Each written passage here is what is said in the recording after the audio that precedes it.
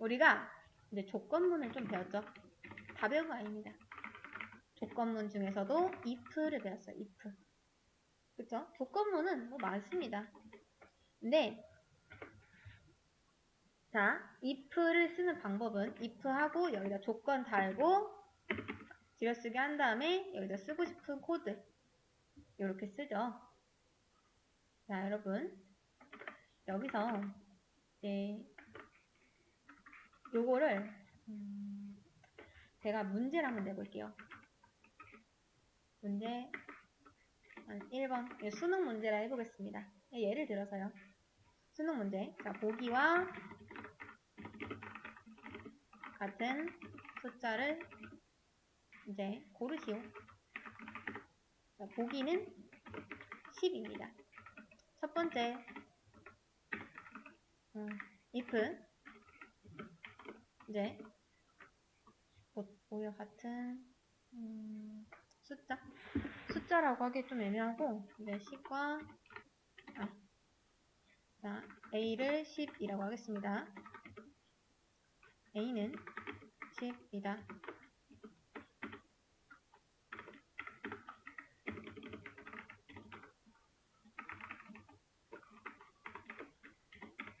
자, 요런 식으로 문제가 생겼다고 해보겠습니다. 안 달죠? 둘, 셋, 넷. 보통 수능 문제는 어디 선다죠? 제가 요게 너무 기니까 좀 한 줄로 좀 보겠습니다. 원래는 안 돼요. 안 됩니다. 그렇지만 여러분들한테 이걸 좀 쉽게 설명을 드리려면은 한 화면에 있는 게 좋을 것 같아서 일단은 이렇게 쓰겠습니다.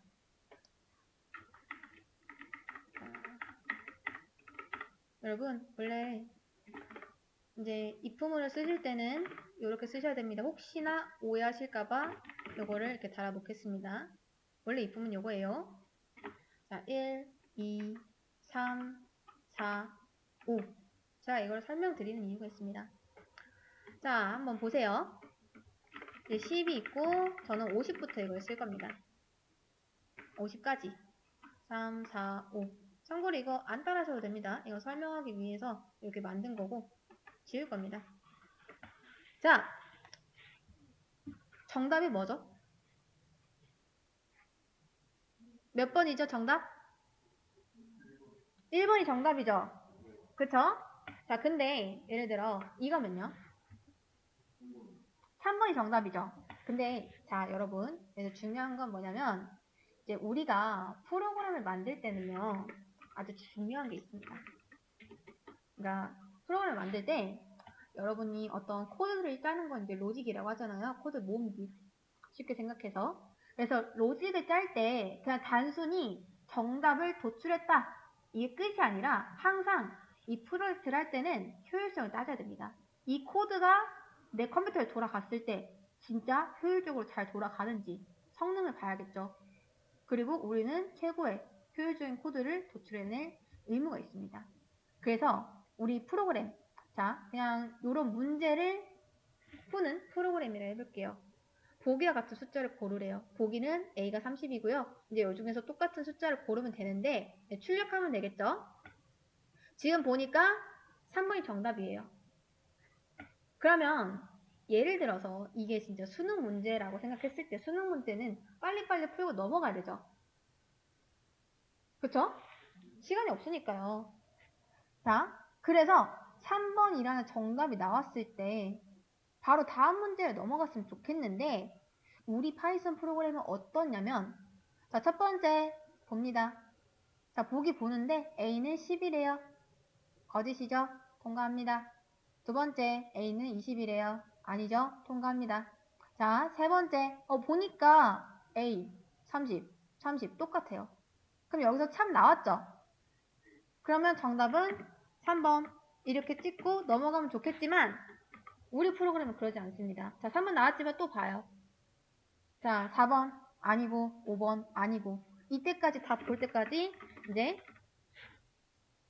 한 번씩 쓱 훑어보고 이때 5번도 아니구나 하면서 그때야 마칩니다. 그때 프로그램이 종료돼요. 이때 종료되는 게 아니라요. 아주 짧은 시간이지만 사실 여러분 이런 시간 하나하나가 모인다면 꽤 오랜 시간이 걸릴 수도 있겠죠. 제가 원하는 건 뭐냐면 여기서 정답이 나왔을 때 그냥 뒤도 안 보고 돌아갔으면 좋겠어요. 다음 문제를 넘어갔으면 좋겠어요. 근데 얘네 그러지 않는단 말이죠. if문은 그러지 않아요. if문은. 여기까지 약간 상황 가정 이해되시나요? 자, 그래서 단순히 여러분이 if문만 쓴다면 그냥 모든 조건들을 다 체크를 해봅니다. 파이썬이. 근데 여기서 elif가 있습니다. elif. 자, 이렇게 elif로 이어준다면 상황이 어떻게 되냐? 자, 예를 들어서 이제 42 정답이라고 해보겠습니다. 1번 봅니다. 자, 거짓이에요. 통과합니다. 자, 2번 보고 거짓이니까 통과해요. 3번 보고 거짓이니까 통과해요. 근데 4번 보니까 얘가 이제 정답이죠. 그쵸? 그러면 여기서 정답 나온다면서 그 뒤도 안 돌아보고 프로그램 종료시켜버립니다. 근데 만약에 운 좋게 10이어서 첫 번째가 정답이면은 뒤에 본다 안 본다? 안 봐요. elif로 이어져 있으면 이 파이썬이 얘네를 한 덩어리로 봅니다. 근데 그냥 if 요렇게 쓰면요. 각각의 독립적인 if문으로 봐요. 차이점 아시겠나요? 그래서 우리가 if 쓰고 elif로 이렇게 묶어주면 참고로 elif를 먼저 쓰는 건 안 됩니다. 무조건 여러분 if문을 쓸 때는 조건문을 쓸 때는 if로 시작하셔야 돼요. 여기 뒤에 elif 붙는 거 상관없고요. 그냥 또다시 if문 쓰는 거 상관없습니다. 근데 elif하고 뭐 if하고 이런 건 안 돼요. 묶어줄 거면 if로 시작해서 그 중간을 elif로 이어주시면 됩니다. 이해되시죠? 자, 그래서 우리가 if 쓴 다음 이렇게 elif로 이어준다면 얘를 한 덩어리로 보기 때문에 이제부터 양립할 수 없는 조건이 됩니다. 양립할 수 없다는 거는 이 5개 중에 참은 무조건 하나라는 뜻이에요. 얘가 참이 나왔으면 그 다음 어딘가에서도 참이 나올 수가 없습니다. 애초에 참이 나온 순간 끝내버려요. 그 뒤에 참이 또 있다고 하더라도요. 이해되실까요? 자, 그래서 if를 쓴 다음에 이어줄 때는 if로 쓴다. 이렇게 이어서 씁니다. 이렇게. 이해되시죠? 자, 근데 한번 잘 보세요. if랑 elif는 조건이 있죠? 조건을 쓰셔야 됩니다. 근데 여러분 제가 이렇게 좀 짧게 써놔서 그렇지 보통 우리 수능 국어 같은 거 보면은 이런 보기 같은 것도 지문이 되게 길죠. 그쵸? 네, 그런 거라고 가정을 또 해보고 자 보기는 이제 50입니다. 첫 번째 봤는데 거짓이에요. 두 번째 봤는데 얘도 거짓이죠. 세 번째도 거짓. 네 번째도 거짓입니다. 그쵸? 근데 여러분 한번 잘 생각해보세요. 자, 네 번째까지 우리 보통 어디 산다죠? 네 번째까지 왔는데 더 이상 뭐 볼 필요 있나요? 여러분 어차피 1, 2, 3, 4번 답 아니면 뭐가 답이죠? 그럼 볼 필요 있을까요? 없겠죠? 그런 것들은 else로 씁니다. 그러니까 너네 답 아니야? 그럼 내가 무조건 답할게 라는 게 else예요. 그래서 자, else와 이 if, elif의 차이점은 뭐냐면 if랑 elif는 무조건 조건을 보고 이 조건이 참이어야지만 이 안쪽을 실행합니다. 근데 여러분이 elif를 아무리 많이 이어 놓는다고 하더라도 자, 예를 들어 뭐 이래버리면요. 정답이 있나요? 정답이 없을 수도 있어요. 이해되시나요? 그러니까 이걸 100개, 1000개 이어도 이게 참이 아니라면 절대 안쪽을 갈 수가 없다 이 말입니다. 근데 else는 달라요.